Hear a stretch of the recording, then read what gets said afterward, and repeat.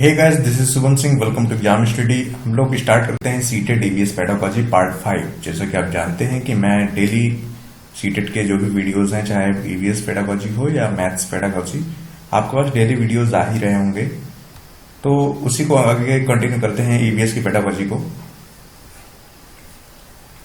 मलयालम में जो चिटप्पन होता है, चिटप्पन बोलते हैं, वो पिता के छोटे भाई यानी कि चाचा को चिटप्पन बोलते हैं, और कुंजम्मा पिता के छोटे भाई की पत्नी अर्थात चाची को कुंजम्मा बोलते हैं। तो एग्जाम में क्वेश्चन पूछा जाता है हमारे कि चिटप्पन किसको बोलते हैं, किस लैंग्वेज में बोलते हैं, और कुंजम्मा किस लैंग्वेज में क्या बोलते हैं, तो आपको बताना होगा। अबू धाबी, जैसा कि आप जानते हैं, अबू धाबी में रेत के पहाड़ होते हैं जिन्हें रेत के टीले भी कहते हैं। और रेत के टीले कहां पर पाए जाते हैं? Abu Dhabi. रेत के पहाड़ कहां पर पाए जाते हैं? तो आप आंसर टिक करेंगे अबू धाबी। अबू धाबी और आसपास के क्षेत्र, आसपास के देश जो है रेगिस्तानी इलाके में है, और यहाँ शहर से थोड़ी ही दूर जाने पर चारों तरफ दूर दूर तक आपको रेत ही रेत दिखाई पड़ती है। ना ही वहां पर कोई पेड़ पौधा है और ना ही कोई हरियाली, केवल आपको रेत दिखाई पड़ती है। रेगिस्तान में बारिश नहीं होती है और वहां पानी बहुत ज्यादा कीमती है, यानी कि पानी की इतनी ज्यादा इंपॉर्टेंस है क्योंकि वहां पर ना तो बारिश होती है और ना ही कोई नदियां वगैरह है, ना झील और ना ही तालाब। जमीन के नीचे भी वहां पर पानी नहीं है। यहाँ की जो रेतीली जमीन है उसके नीचे तेल पाया जाता है, और इसलिए यहाँ पर जो पेट्रोल होता है, पेट्रोल डीजल, वो आसानी से उपलब्ध हो जाता है। यहाँ जो ऑयल है वो पानी से भी सस्ता है। अबू धाबी में सिर्फ खजूर के पेड़ दिखाई देते हैं क्योंकि खजूर के पेड़ को ज्यादा पानी की जरूरत नहीं होती है। इसलिए अगर आपसे पूछा जाए खजूर के पेड़ कहां पर पाए जाते हैं, तो रेगिस्तानी इलाकों में, अबू धाबी में पाए जाते हैं। और अबू धाबी की अगर करेंसी की बात करें, मुद्रा की बात करें, तो दिरहम, जो दिरहम वहां की करेंसी है। गर्मी की वजह से अबू धाबी के लोग ढीले ढाले कपड़े, सूती कपड़े पहनते हैं जो हीट को ऑब्जर्व कर लेता है, और पूरा शरीर सिर आदि ढककर रखते हैं। इससे तेज धूप से आसानी से बच पाते हैं। कुछ जानवर जो तूफान या भूकंप के आने से कुछ समय पहले अजीब हरकतें करने लगते हैं। कुछ जीव जंतु होते हैं, जानवर होते हैं जिनमें एक अलग लेवल की सुपर पावर होती है, जिन्हें पहले से ही जो भी होनी होती है उसको पहले वो लोग भांप लेते हैं, पहले समझ जाते हैं। जंगलों में रहने वाले लोग समझ जाते हैं कि कुछ अनहोनी होने वाली है। सन 2004 में दिसंबर में आए सुनामी में कुछ समय पहले जानवरों के द्वारा दी गई चेतावनी को आवाज, जो उसकी चेतावनी की आवाज थी, उसको अंडमान की एक खास आदिवासी जनजाति थी, उसे समझ गई थी।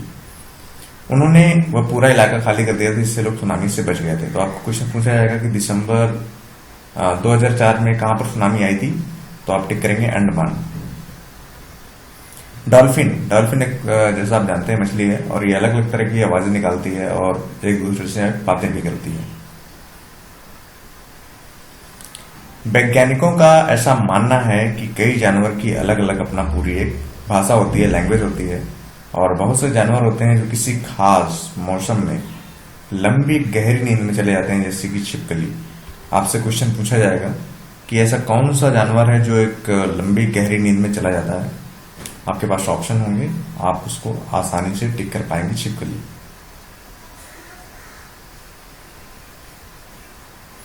स्लॉथ के बारे में चर्चा करते हैं। एग्जाम में बहुत बार पूछा गया है और आगे भी उम्मीद है, क्योंकि आप जानते हैं कि जो ये ईवीएस के क्वेश्चंस हैं ये आपको पूरे नंबर देते हैं। अगर आप सीटेट की बात करें तो आप 30 में से 30 गेन कर सकते हैं।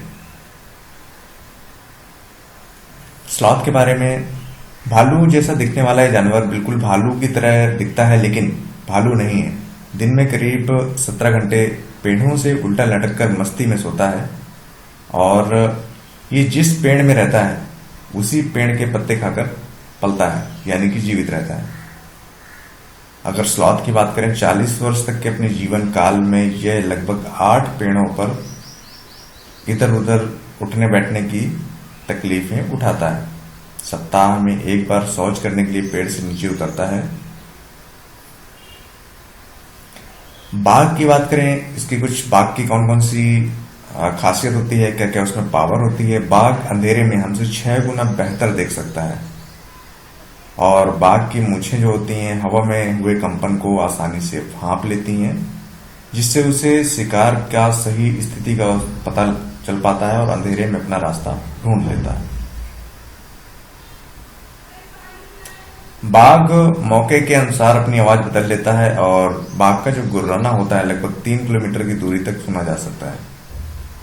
बाघ अपने इलाके में मूत्र करके अपनी गंध को छोड़ जाते हैं और जो दूसरा बाघ होगा वो उसको जड़ से पहचान लेता है कि कोई यहां पर आया था।